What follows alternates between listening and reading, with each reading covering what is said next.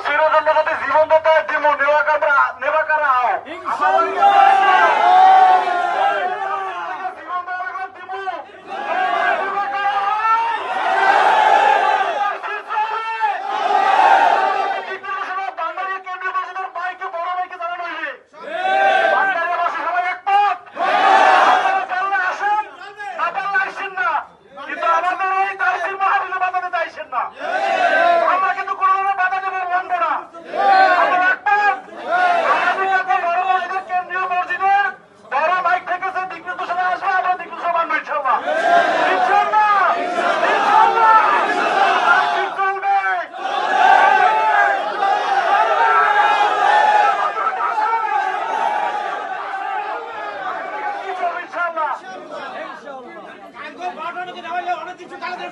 আর আগামীকালকে তাফসীর চলবে ইনশাআল্লাহ।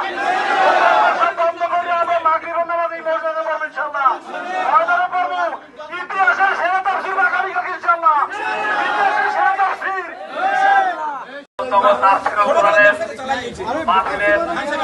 আজকের শ্রোতা, আজকে মাহফিল হওয়ার কথা, আজকে ভারকান্ত মনে বলতে হয় এই ভান্ডারিয়ায় সর্বজন গৃহীত এই তাফসীর, বাংলাদেশের ঐতিহ্যবাহী তাফসীর। এখানে সর্ব মানুষের প্রাণের পিপাসা, বধুর পিপাসা, জীবনের পিপাসা এই 9 দিনের তাফসীর থেকে আসে। আজকে সেই তাফসীর বাধাগ্রস্ত। কারা করছেন আপনারা সবাই জানেন। বাংলাদেশ বিএনপি, আমি আপনাদেরকে একটা বড় দল মনে করি, কিন্তু আপনাদের কার্যক্রমে আজকে ভান্ডারিয়া তাফসীর বন্ধ হতে চলছে।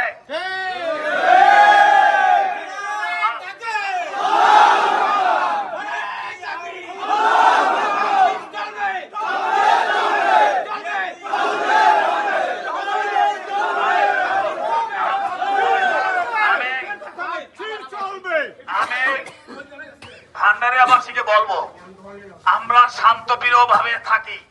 এই ভান্ডারিয়া মানুষ ইসলামপন্থী, এই ভান্ডারিয়া মানুষ তাফসীর পন্থী, এই ভান্ডারিয়া মানুষ মসজিদপন্থী। আমাদের দেশে কোনো বিশৃঙ্খলা নাই। আমরা একভাবে কওমি সন্তানের মতো বাস করতেছি ভান্ডারিয়াবাসী। সেখানে আজকে আমাদের তাফসীর নিয়ে কেন রাজনীতি চলবেন? আপনাদের রাজনীতি এমপি মন্ত্রী হতে মনে চায় আপনারা হন। আমরা এমপির মন্ত্রী হতে চাই না। আমরা তাফসীর করি না। আমরা আল্লাহ বলা মানুষ আল্লাহ হতে চাই। আমাদের কোনো তামান্না নাই, আমাদের কোনো রাজনীতি নেতা হওয়ার কোনো তামান্না নেই।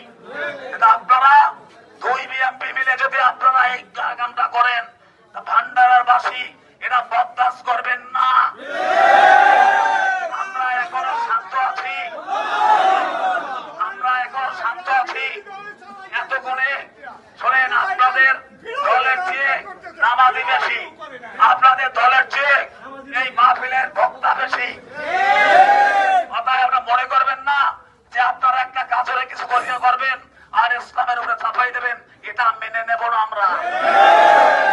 আপনাদেরকে আলটিমেটাম দিলাম, আগামী দিনের মধ্যে পরে যদি আপনারা তাফসীর আপনারা বিএনপি মিল্লা দই করে যদি না করতে পারেন, এই ভান্ডারিয়া বাজার, ভান্ডারিয়া জনতা, ব্যবসা প্রতিষ্ঠান, মাদ্রাসা সমস্ত কিছু বন্ধ ঘোষণা দেওয়া হলো।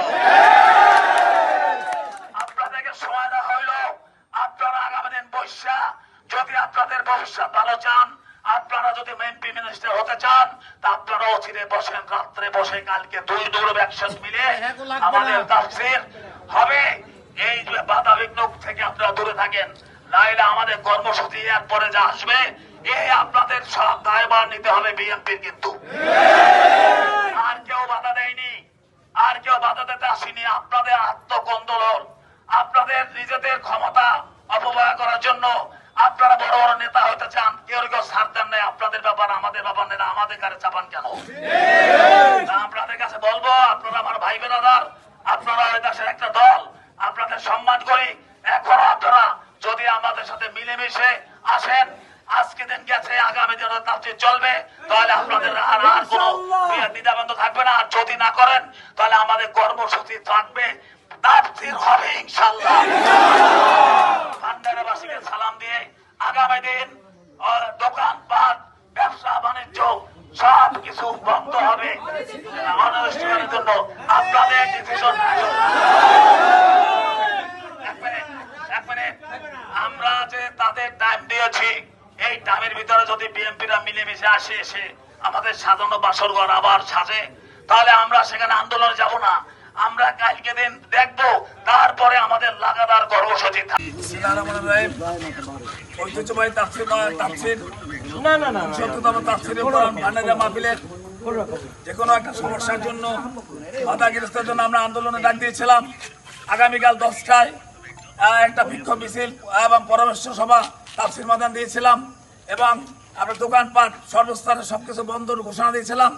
ইতিমধ্যে ইনশাল্লাহ আল্লাহর রহমত, আমাদের রহমত বর্ষিত হয়েছে। বিএনপির দুই গ্রুপ দল আমাদের সাথে, আলেম ওলামাদের সাথে, ব্যবসায়ীদের সাথে একটি বৈঠক দিয়েছে এবং ঐক্যমত পোষণ করেছেন। সমস্ত বিচারে বাধা বিঘ্ন শেষ করে ইনশাআল্লাহ আগামী দিন তাফসীর হবে, এই আলোচনা আমরা সবাই একমত হয়েছি। এখন আমি বলতে চাই, সমস্ত ব্যবসায়ীদের আপনারা দোকান পাট সব আগামী দিন খুলবেন এবং কোনো মিছিল মিটিং হবে না। আপনারা সবাই তাফসীর মধ্যে আসবেন তাফসীর উপভোগ করার জন্য। আগামী দিন হইতে তাফসীর একাধিকভাবে 9 দিন ইনশাআল্লাহ চলবে। আজকের দিন যে তাফসীর গেছে, এই একদিন বাদেও এখন 9 দিনই চলবে। সমস্ত স্তরের ওলামা একরাম যারা আছে, আলেম ওলামা, তারা তৌহিদি জনতা নিয়ে এই মাহফিল পরিচালনা করবেন এবং কোনো ভয়ভীতি নাই। দুই দলের রাজনীতিবিদ যারা আছেন, বিএনপি সমস্ত লোকজন, তারা আমাদের কাছে আসবে, আমাদের সহযোগিতা করবে, হাত বাড়িয়ে দিয়েছেন। আমরা তাদের সাথে ঐক্যমত হয়ে সুন্দর সুষ্ঠুভাবে এই তাফসীর শেষ হবে, সমাপ্ত হবে, এই আশাবাদ ব্যক্ত রেখে সর্বজনকে সালাম জানাই। আসসালামু আলাইকুম। আনন্দ চিত্তে সবাই আসবো, নিজেরা আসবো, অপরকে নিয়ে আসবো, কোনো পেরেশানি নাই, কোনো ভয় নাই, দাওয়াত দেব, নিরাপত্তার সাথে আসবো, কোনো ভয় নাই, নিরাপত্তার সাথে কোনো ভয়ভীতি নাই। সমস্ত বাধা দূর হয়ে গেছে আল্লাহর রহমতে। এখন প্রত্যেকের দাওয়াত দিয়ে আসবো। আগে যেরকম আমরা সকলে প্রোগ্রাম রেখেছিলাম, এখনো সেরকম প্রোগ্রাম রেখে ইনশাআল্লাহ আপনারা সবাই মহাব্বতের সাথে পরস্পরে দাওয়াত দিয়ে নিয়ে আসবেন। ইনশাআল্লাহ আগের মতোই চলবে। মসজিদের মাইক সহ বাজারে আগামীকালকে মাইকে নেওয়াবো এবং মসজিদের মাইকে বলে দেওয়া হবে। আগামীকালকে থেকে দোকানপাট চলবে, মাহফিল চলবে ইনশাআল্লাহ।